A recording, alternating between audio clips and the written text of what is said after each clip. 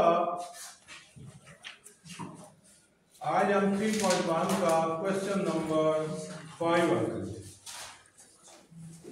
5 question जो है वो कहते हैं कि 12 अशिया की कीमत फरोख्त, 12 चीजें हैं, पता नहीं कौन सी चीजें, उनकी जो कीमत फरोख्त है वो 15 अशिया की कीमत खरीद के बराबर है। 12 अशिया की कीमत फरोख्त 15 अशिया की कीमत खरीद के बराबर है। नफ़ा फीसद वाली। अब इसमें ऐसा है कि ना उसने कीमत दी हुई है किसी की, ना फरोख्त दी हुई है, कीमत फरोख्त दी हुई है, ना कीमत खरीद दी हुई है। हमें पहुंचना है नफ़ा फीसद पे पहुंचना है। हमारा टारगेट जो है वो नफ़ा क्या है, नफ़ा फीसद है हमारा टारगेट, इस तक हमें पहुंचना है। और नफ़ा फीसद के लिए हमें बुनियादी चीज जो चाहिए वो कुल नफ़ा चाहिए। किसी तरीके से हम कुल नफ़ा मालूम करेंगे और उसके बाद क्वेश्चन को हल करेंगे। इसमें हम लेट करेंगे, कीमत को फर्ज कर लेंगे। कीमत को हम क्या फर्ज करते हैं, फर्ज किया 12 अशिया की कीमत खरीद उसने दी हुई, कितनी दी हुई, 12 चीजों की कीमत खरीद दी हुई। कीमत फरोख्त 12 अशिया की कीमत फरोख्त 15 अशिया की कीमत खरीद के बराबर है। हम फर्ज करते हैं कि 15 अशिया की कीमत खरीद, जो ज्यादा अशिया है हम उसकी कीमत खरीद देते हैं। फर्ज किया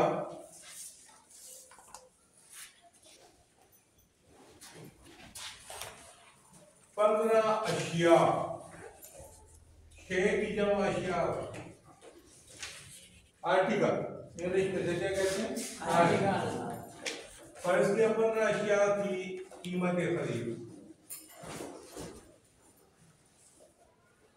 तो एक चीज उसने बताई है कि 15 अशिया की जो कीमत खरीद है वो 12 अशिया की कीमत फरोख्त के बराबर है। यही कहा है वो 12 चीजों की कीमत फरोख्त, लिहाजा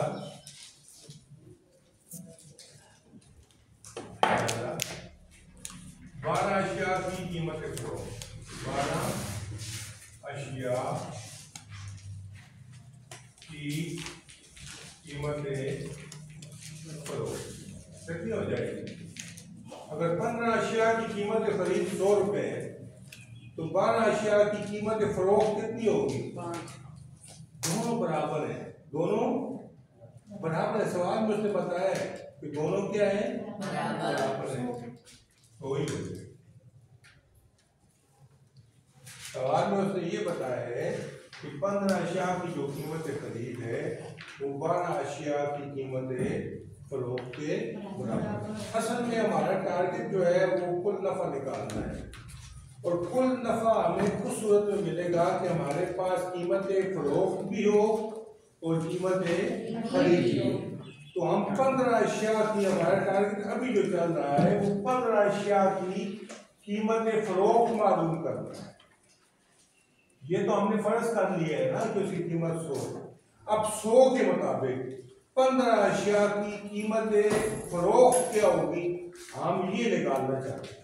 तो इसके लिए हमारे पास ये चीज है कि 12 अशिया की कीमत फरोख्त हमारे पास उसने बता दिया है 100 रुपए, जो हमने फर्ज किया है, क्योंकि इन दोनों की कीमत आपस में क्या है, बराबर। ठीक है, तो मैं क्या लिखूंगा, इकाई में कहता आप इस्तेमाल करेंगे। आपने 5वीं में या 4थी क्लास में पढ़ा होगा कि एक से ज्यादा चीजों की कीमत दी हुई हो और आप पहले एक की कीमत निकालते हैं, फिर वो जितनी की पूछे उसको जवाब दे देते हैं। ठीक है, तो मैं लिखता हूँ जी कि 12 अशिया की कीमत फरोख्त, हमें कीमत फरोख्त चाहिए 15 अशिया। किसकी, 15 अशिया, क्योंकि हमने जो कीमत खरीद फर्ज की है वो 15 अशिया की, इसलिए हमें 15 अशिया की कीमत फरोख्त भी चाहिए ताकि हम कुल नफा निकाल सकें। देखें 12 अशिया की कीमतें, 12 अशिया की कीमतें फरोख्त, अशिया की कीमतें फरोख्त। कीमतें फरोख्त आपने निकालनी है, इसलिए हम कीमतें फरोख्त वाली जो लाइन है उसे कॉपी करेंगे, उसे लिखेंगे। ठीक है, वो कितनी है? 100।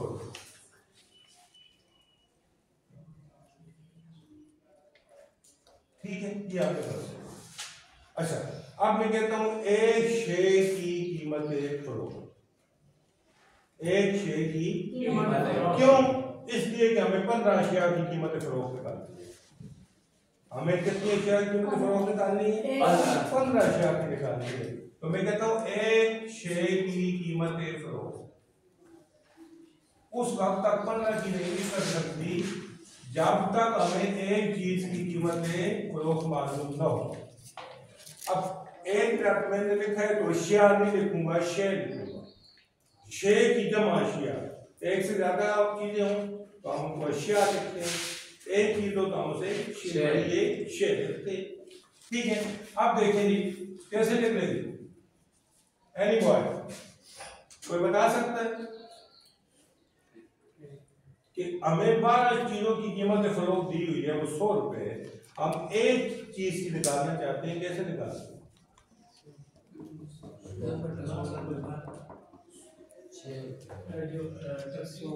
ऐसा होता है कि डिवाइड का अमल होता है। ज्यादा चीजों की कीमत दी हुई हो, थोड़ी की निकालनी हो तो तकसीम का अमल होगा। कौन सा अमल होगा? तकसीम का अमल होगा। अब हमारे पास 100 कीमत अशिया की तादाद 12 है। अब हम एक चीज निकालना चाहते हैं तो 100 तकसीम 12 हो जाएगा, 100 बटा 12, 100 बटा 12। देखिए 100 बटा 12, ये एक शे की कीमत आ गई। हमें किसकी कीमत फरोख्त चाहिए? 15, क्योंकि हमने 15 की खरीद फर्ज की है। हमने किसकी कितनी अशिया की कीमत खरीद फर्ज की है? 15 की। हमें फरोख्त भी 15 अशिया की चाहिए, कीमत फरोख्त भी 15, ताकि हम कुल नफा मालूम कर सकें, देखिए जी एक शे की निकल, अब हम 15 अशिया की कीमत फरोख्त पर निकालते हैं। 15 अशिया की कीमत फरोख्त। अब एक चीज की जो कीमत फरोख्त आई है उसको आपने क्या करना है? 15 के साथ ज़रब। अब ज्यादा जवाब आएगा, एक की कीमत से बहुत ज्यादा कीमत आ जाएगी, तो जब ज्यादा जवाब आने का इम्कान हो तो हम ज़रब का अमल करते हैं। कौन सा अमल करते हैं? ज़रब का अमल करते हैं। तो अब एक चीज की कीमत हमारे पास है 100/12, 100 बटा 12। अब 15 की हमें निकालनी है तो इसके साथ आपने 15 को क्या करना है? ज़रब दे दो। देखिए जी 15 को ज़रब देता हूं। अब देखिए जी फ्रैक्शन का सवाल बन गया, कसर का सवाल बन गया, बटा वाले नंबर का सवाल बन गया, यही है ना, और ज़रब का सवाल। तो मैंने आपको पहले बताया था कि जब ज़रब का सवाल आ जाए और बटा वाले नंबर हो, नंबर कसर हो, तो आप क्या करते हैं? आपके ज़हन में क्या आना चाहिए? एलसीएम। शाबाश, वाह, जबरदस्त जबरदस्त, वेरी गुड। सोचो, दिमाग पर जोर दो, बेतुके नहीं बोलता आदमी सोच के जवाब देता है। जब जमा या माइनस का सवाल आ जाए तो आपके ज़हन में एलसीएम आना चाहिए। मैंने ये बताया था, जब कसरों की जमा या माइनस का सवाल आ जाए तो आपके ज़हन में फौरन एलसीएम आ जाए, लेकिन जब ज़रब का सवाल आ जाए तो आपके ज़हन में क्या है? काटना या बढ़ाना, काटना या बढ़ाना। हम इसे काटेंगे तो देखिए 12 है, 12 पे 3 का टेबल पूरा जा सकता है, ऊपर 15 है, उस पे भी 3 का टेबल पूरा जा सकता है। तो 12 पे 3 का टेबल लेकर जाएंगे, कितना बन जाएगा? जी आप बताएं जल्दी खड़े हो जी। पढ़े 3 का टेबल पढ़ेंगे तो कर आते हैं तो रुक जाए, कितनी दफा जाए? 4 दफा जाए। और 15 पे लेकर जाए 3 का वही 3 का कितनी दफा? 5 दफा। अब देखिए ये 100 है, ये 4 है, एक ऊपर है एक नीचे है, एक नोमिनेटर है एक डिनोमिनेटर है। एक शुमार कुनिंदा है, दूसरा ये आपस में 4 के टेबल पे काट सकते हैं। 4 का टेबल 4 पे भी पूरा पूरा जाता है, 4 का टेबल 100 पे भी पूरा पूरा जाता है। लेकर जाएंगे 4 का टेबल 4 पे कितनी दफा जाएगा आप बताएंगे? तो खड़े होने खड़े शाबाश। 4 का टेबल 4 पे कितनी दफा जाएगा? एक दफा जाएगा, शाबाश। और 4 का टेबल 100 पे कितनी दफा जाएगा? अगर ऐसे आप नहीं कर सकते तो आप ऐसे करना है कि 100 तकसीम 4 लिख दें, लेकिन 100 तकसीम 4 पर आ जाएगा 25। सोचो जरा, सोचो 25। ये देखें नहीं आपको नहीं, ये देखें 100 में लिखा, मैंने 100 लिखा, तकसीम कर देता हूँ 4 का टेबल पहली दफा आपने 10 पे लेकर जाना है। कितनी दफा जा सकता है? 2 दफा जा सकता है। 2 को आपने 4 के साथ ज़रूर देनी है, क्या आएगा? 8। 10 के नीचे हम 8 लिख देते, 10 के नीचे हम 8 लिख देते। अब 10 में से 8 को माइनस करना है, क्या जवाब आएगा? ऊपर से 0 नीचे लाए, 20 हो गया। अब 4 का टेबल 20 पे लेकर जाओ, कितनी दफा जा सकता है? 5 दफा जा सकता है। 5 को 4 को मल्टीप्लाई करो तो 2 20 आ गया। अब कितनी दफा गया? 25। कितनी दफा? 25। अब हम इसको 100 को काट कर 25 देखते हैं। अब हमारे पास सिर्फ रह गया, नोमिनेटर में रह गया 25 ज़रब 5, 25 ज़रब 5। तो 15 अशिया की जो कीमत फरोख्त आएगी वो आ जाएगी 25 ज़रब 5। अब 25 के साथ 5 को ज़रब दे, लेकर ज़रब दे, जरूरी नहीं है ज़बानी ज़रब दे। 5 और 5 को ज़रब 2 तो क्या आता है? 5 का टेबल 5 का 25। 5 लिख लिया, 2 के लिए चले गए, ऐसे चले गए। अब 5 का टेबल 2 तक पढ़ो, 10 में 2 हासिल जमा करो।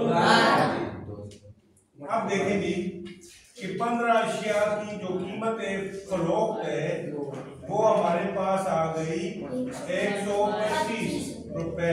रुपए साथ आप लिखते हैं। अब देखें ये एक आ गई कीमत फरोख्त। अब 15 अशिया की कीमत खरीद कितनी है जो हमने फर्ज की थी, वो कितनी है? ये वाली फर्ज की थी ना, 15 अशिया की कीमत खरीद हमने फर्ज की थी 100 रुपए। एक आदमी ने 100 रुपए 15 चीजें खरीदी और उनको 125 रुपए में बेच दिया, तो उसे नफा हुआ ना। 100 रुपए में खरीदता, उनको 125 रुपए में बेच दिया, तो उससे क्या हुआ? नफा हुआ। हम उसका नफा निकालते हैं, कुल नफा निकालते। हमारी जो मंजिल थी वो कुल नफा निकालना था, हमें पहुंचना था कुल नफे का, तो हम कहते हैं कि नफा से कितना हुआ है कि हमने कीमत फरोख्त माइनस कीमत खरीद।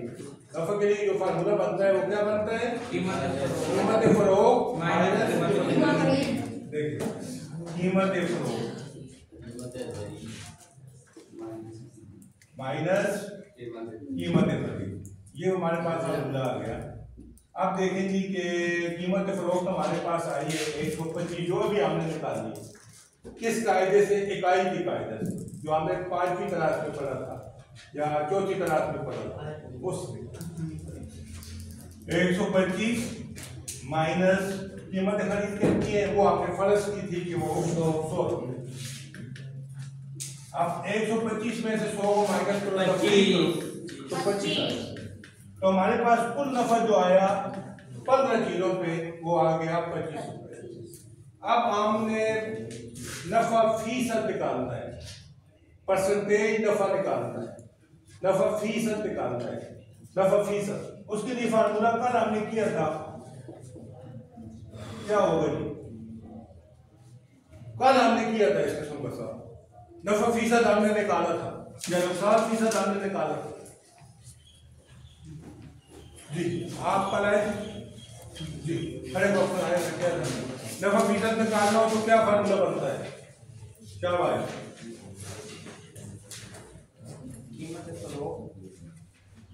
सोचिए सोच के बताए। फीसद निकालना है, कुल नफा नहीं निकालना। कुल नफा हमने निकाल दिया, अब उसे 100 रुपए पे कितना नफा हुआ है ये हमने निकालना है।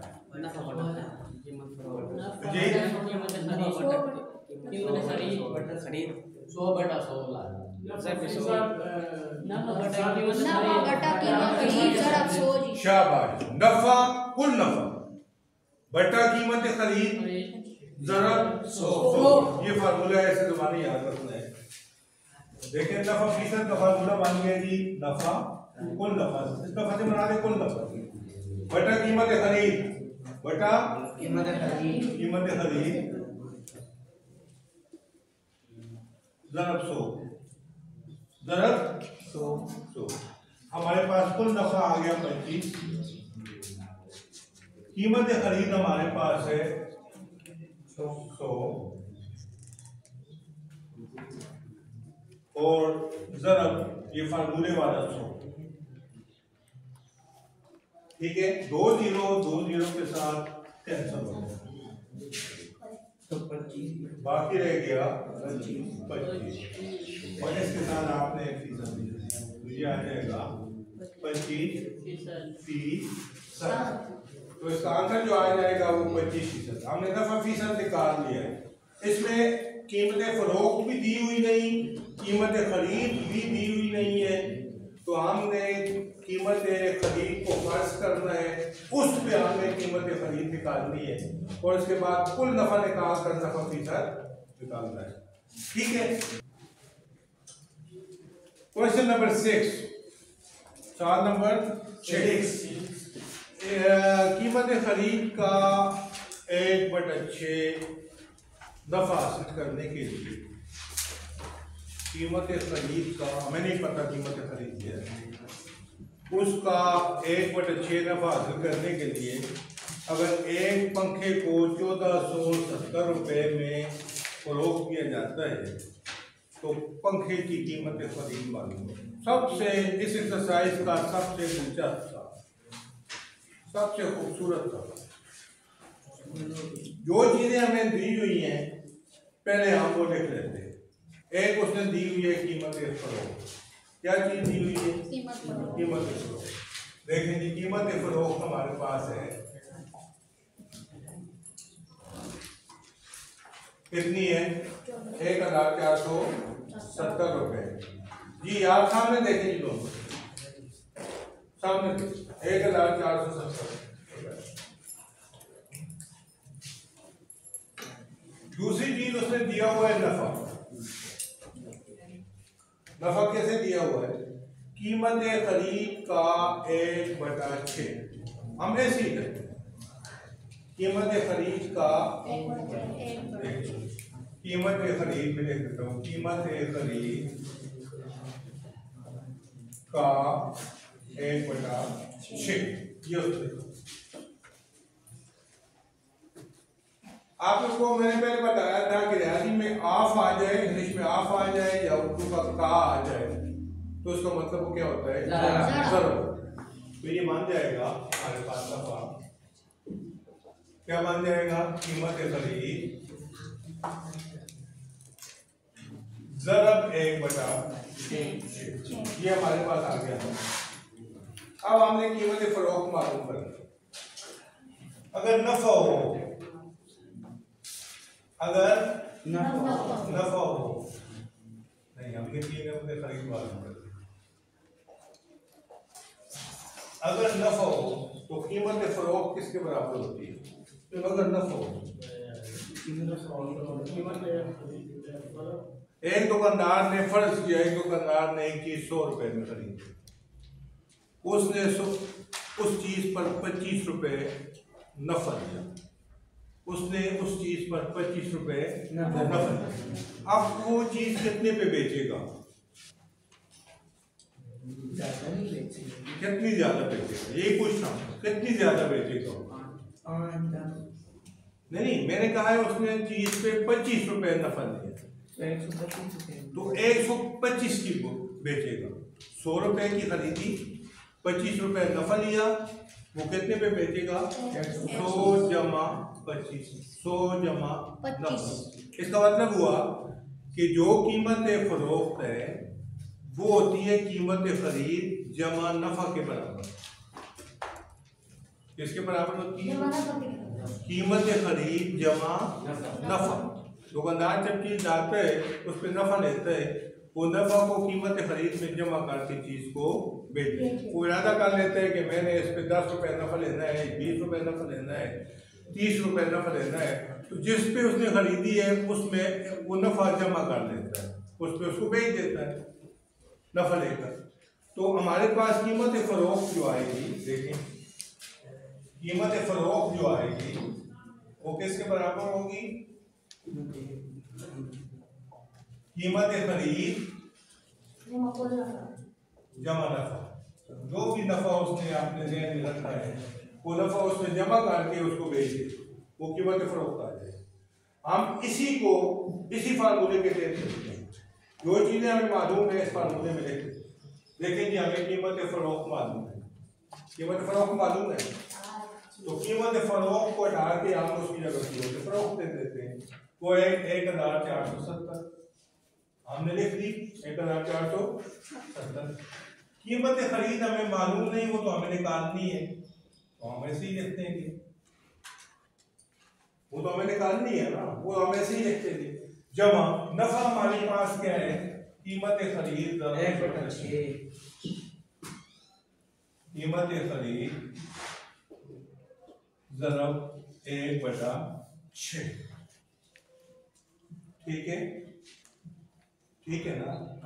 हमने जो कीमतें हमें मालूम थी, जो चीजें मालूम थी, इस मुसावात में हमने, इस इक्वेशन में हमने लिख दी, इस इक्वेशन में हमने लिख दी है।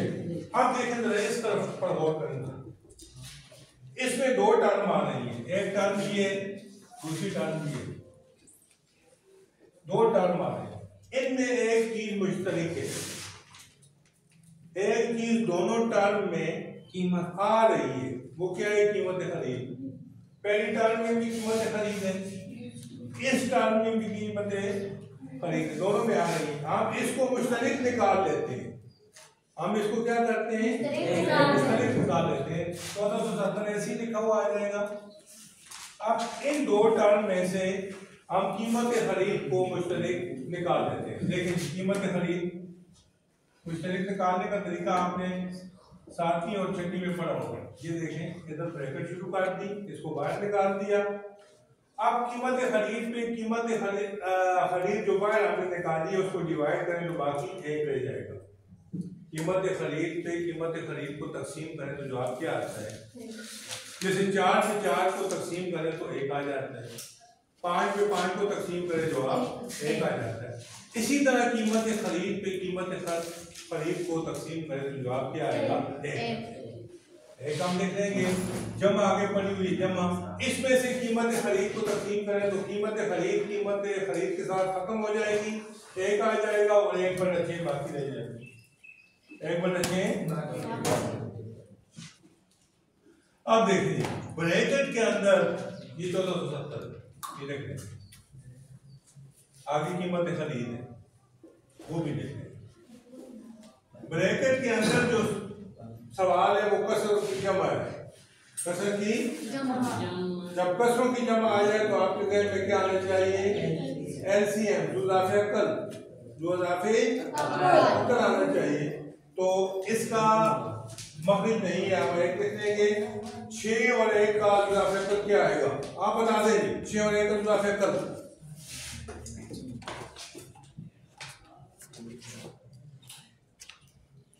6 और 1 का जुज़ाफ़े अक़ल आपने निकालना है, कैसे?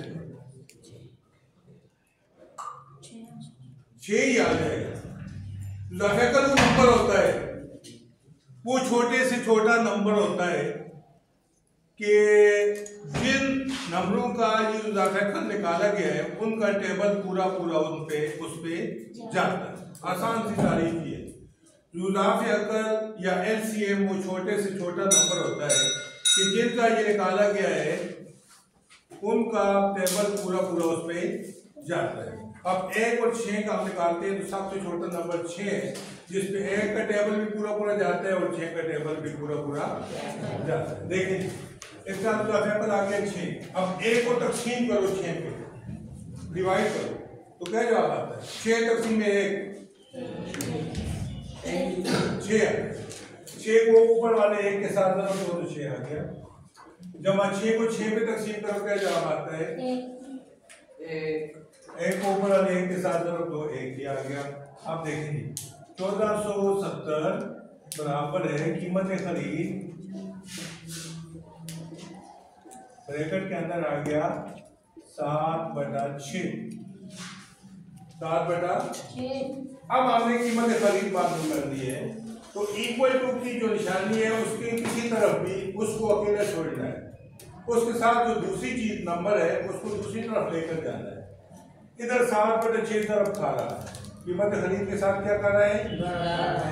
दूसरी तरफ जाकर ये डिवाइड हो जाएगा, तकसीम हो जाएगा, उलट अमल करेगा। 1470 के पास जब जाएगा तो ये क्या करेगा?